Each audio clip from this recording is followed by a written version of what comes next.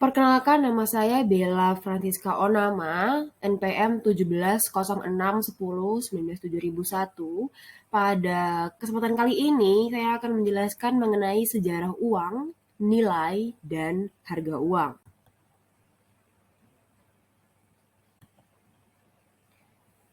Oke, masuk ke nomor 1, masa sebelum barter. Masa sebelum barter adalah masa ketika manusia memenuhi kebutuhan dengan kemampuannya sendiri atau secara individu yang bergantung dengan alam. Pada zaman ini, manusia belum menjadi makhluk sosial sehingga tidak membutuhkan orang lain untuk memenuhi kebutuhannya. Semua alat kebutuhan dihasilkan sendiri sesuai dengan kebutuhan dan keinginan, sehingga manusia bertindak sebagai produsen dan konsumen sekaligus. 2. Masa barter. Setelah manusia menjadi makhluk sosial, maka setiap orang membutuhkan orang lain untuk memenuhi kebutuhannya. Seiring perkembangannya pada masa itu, mereka saling menyadari bahwa barang-barang yang dihasilkan tidak cukup dan memerlukan orang lain untuk memenuhinya, sehingga muncul kegiatan saling tukar sama lain yang saling membutuhkan. Kegiatan ini disebut sebagai barter in nature. Manusia melakukan barter atau pertukaran barang dan jasa dengan barang dan jasa lain yang diinginkan sebelum mengenal uang. Misalnya, menukar sekarung terigu dengan sekantong beras untuk kebutuhan karbohidrat setiap hari. Kegiatan barter sudah dimulai sejak puluhan ribu tahun lalu hingga masa awal manusia modern.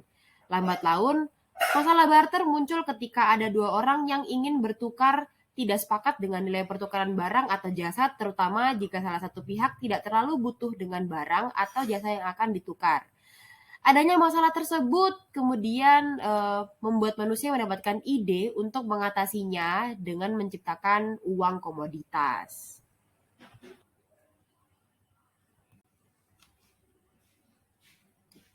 3. Sistem uang barang.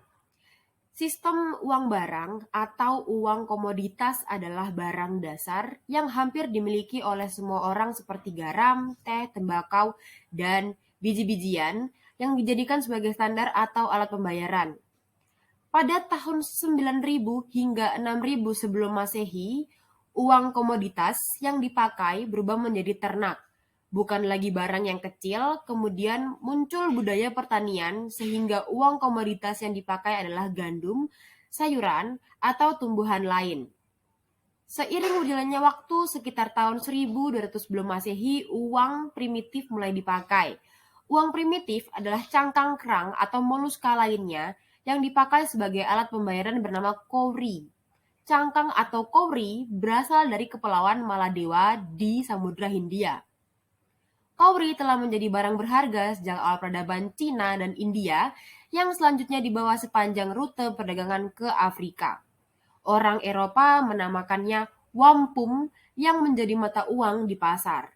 Jenis uang barang berbeda-beda di seluruh bagian dunia sesuai dengan perkembangan peradaban masing-masing.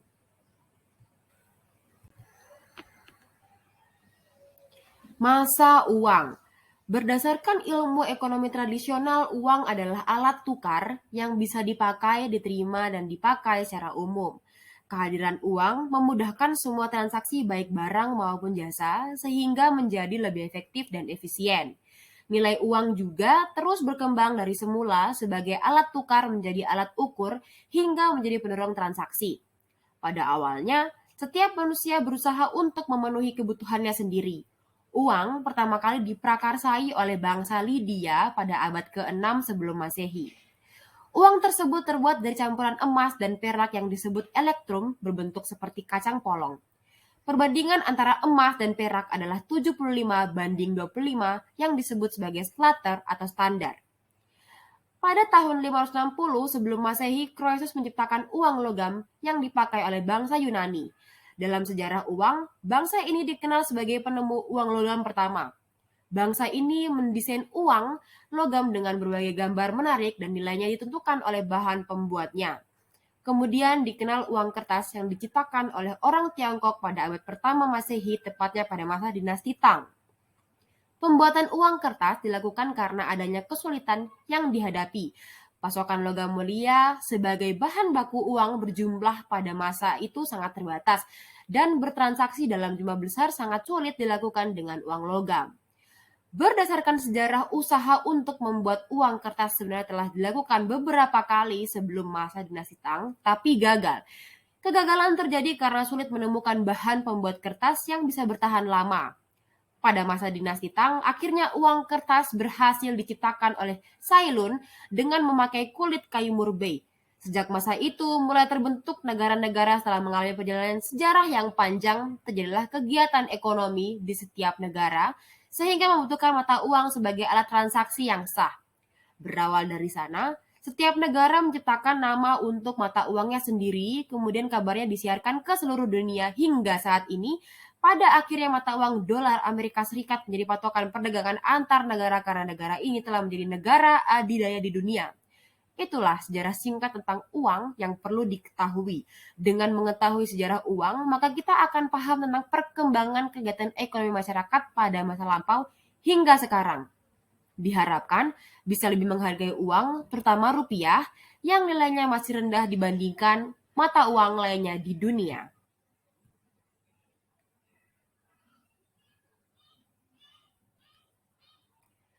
Sejarah uang di Nusantara.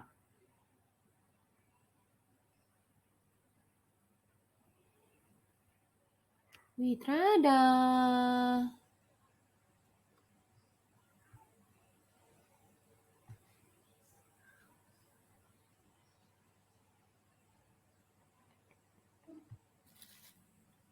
Sejarah uang di Nusantara. Jauh sebelum mengenal uang, manusia melakukan barter atau pertukaran barang atau jasa untuk barang dan jasa yang diinginkan. Namun tak mudah untuk meraih kesepakatan mengenai nilai pertukarannya. Timbullah kebutuhan akan adanya suatu alat penukar. Selama berabad-abad berbagai benda dipakai sebagai alat pertukaran atau alat pembayaran seperti kulit kerang, batu permata, gading, telur, garam, beras, binatang ternak atau benda-benda lainnya dalam perkembangannya. Selanjutnya masyarakat menggunakan benda-benda seperti logam dan kertas sebagai uang. Pada awalnya, uang berfungsi sebagai alat penukar atau pembayaran. Seiring perkembangan peradaban manusia, uang juga berfungsi sebagai penyimpan nilai, satuan hitung dan ukur pembayaran yang tertunda. Tampilan uang pun terus mengalami evolusi. Dari awalnya berbentuk barter, kemudian ke kulit kerang, koin, kertas, plastik, dan kini dalam berbentuk elektronik. Bukti uang tertua di Indonesia disimpan di Museum Nasional. Terdapat koleksi 2 uang logam dari zaman Hindu-Buddha di Jawa yang terbuat dari perak. Bentuknya cembung, sisi depan bergambar pot bunga, 2 tangkai bunga, dan garis-garis lekuk sekitarnya seperti ruang asap. Sedangkan pada sisi belakang terdapat bunga lotus mekar terletak di dalam garis berbentuk persegi 4. Kemudian uang kepeng, mata uang tembaga dari Tiongkok. Selain itu, kerajaan-kerajaan Islam juga mengeluarkan mata uang, misalnya Kesultanan Pasai dan Aceh, dirham dan mas dari emas, dan keuh atau kasya dari timah, Banten kasya dari tembaga, dan Cirebon picis dari timah. Kedatangan bangsa Eropa membawa mata uang baru. Pada abad ke-16, Portugis mengedarkan mata uang yang terbuat dari perak, yaitu piastre Spanyol, yang disebut juga pasmat, real, atau dolar.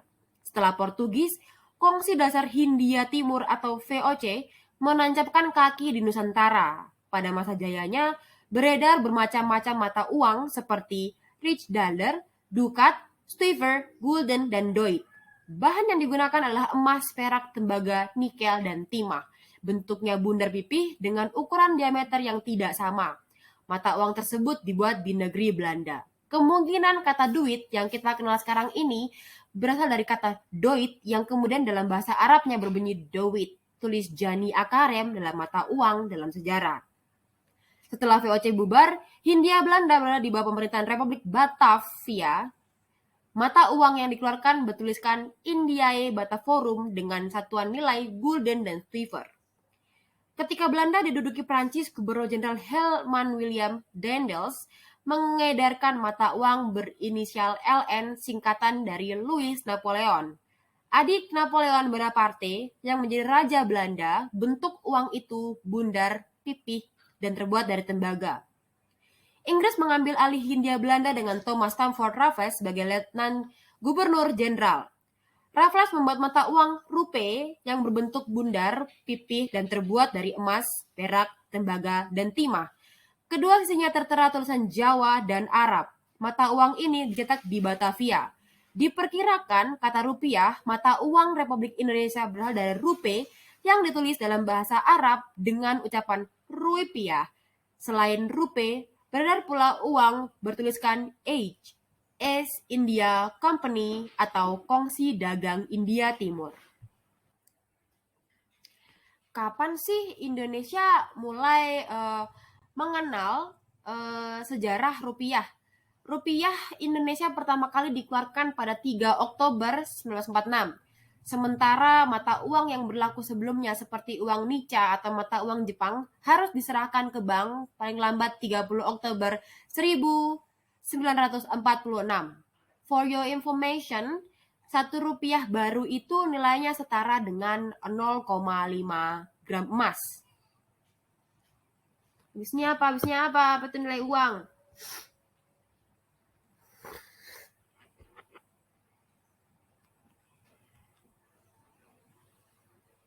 Ih, gila.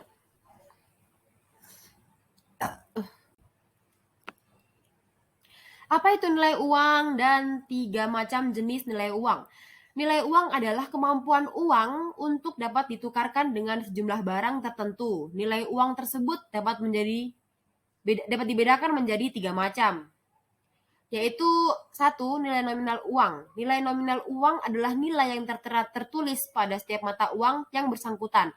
Contoh pada uang 50.000 tertera angka 50.000 rupiah, maka nilai uang tersebut adalah 50.000 rupiah. B. Nilai intrinsik. Nilai intrinsik uang adalah nilai bahan yang digunakan untuk membuat uang. Contoh, sabar.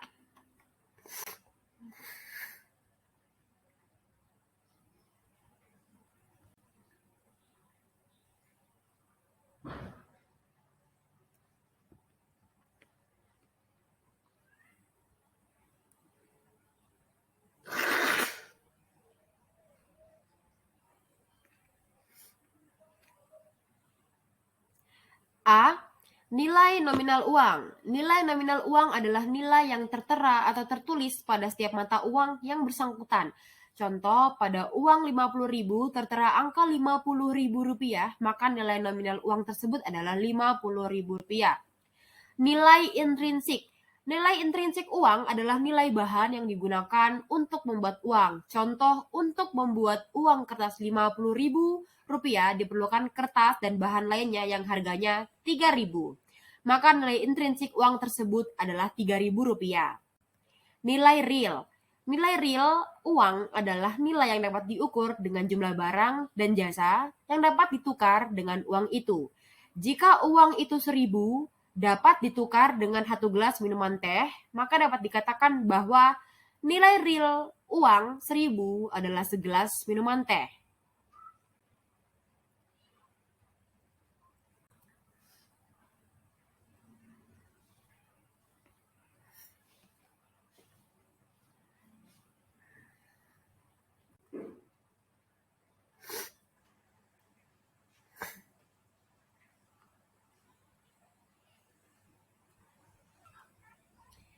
Uang berdasarkan nilainya dibedakan menjadi uang penuh. Menurut nilainya, uang dibedakan menjadi uang penuh atau full bodied money dan uang tanda atau token money. Uang penuh atau full bodied money, nilai uang dikatakan sebagai uang penuh apabila nilai yang tertera di atas uang tersebut sama nilainya dengan bahan yang digunakan. Dengan kata lain, nilai nominal yang tercantum sama dengan nilai intrinsik yang terkandung dalam uang tersebut. Jika uang itu terbuat dari emas, maka nilai uang itu sama dengan nilai emas yang dikandungnya.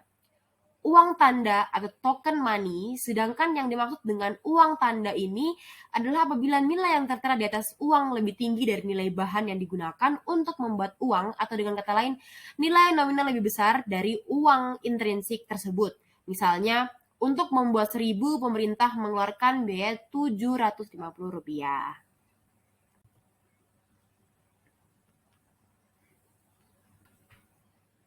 Teori nilai uang. Teori nilai uang membahas masalah-masalah keuangan yang berkaitan dengan nilai uang. Nilai uang menjadi perhatian para ekonom karena tinggi atau rendahnya nilai uang sangat berpengaruh terhadap kegiatan ekonomi. Hal ini terbukti dengan banyaknya teori uang yang disampaikan oleh beberapa ahli. Teori uang terdiri atas 2 teori, yaitu teori uang statis dan teori uang dinamis. Masuk ke teori uang statis. Teori uang statis disebut statis karena tidak mempersoalkan perubahan nilai yang diakibatkan oleh perkembangan ekonomi. Yang termasuk teori uang statis adalah teori nominalisme. Uang diterima berdasarkan nilai daya belinya. Teori negara.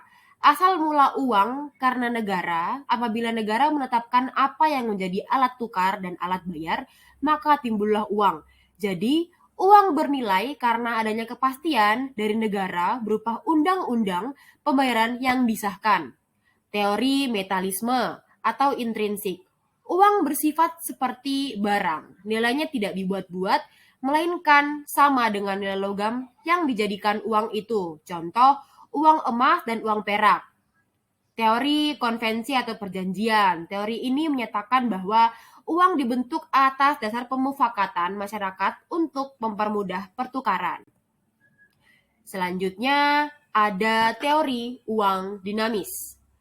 Teori ini mempersoalkan sebab terjadinya perubahan dalam nilai uang. Teori dinamis diantaranya ada teori persediaan kas, jumlah uang yang tidak dibelikan barang-barang.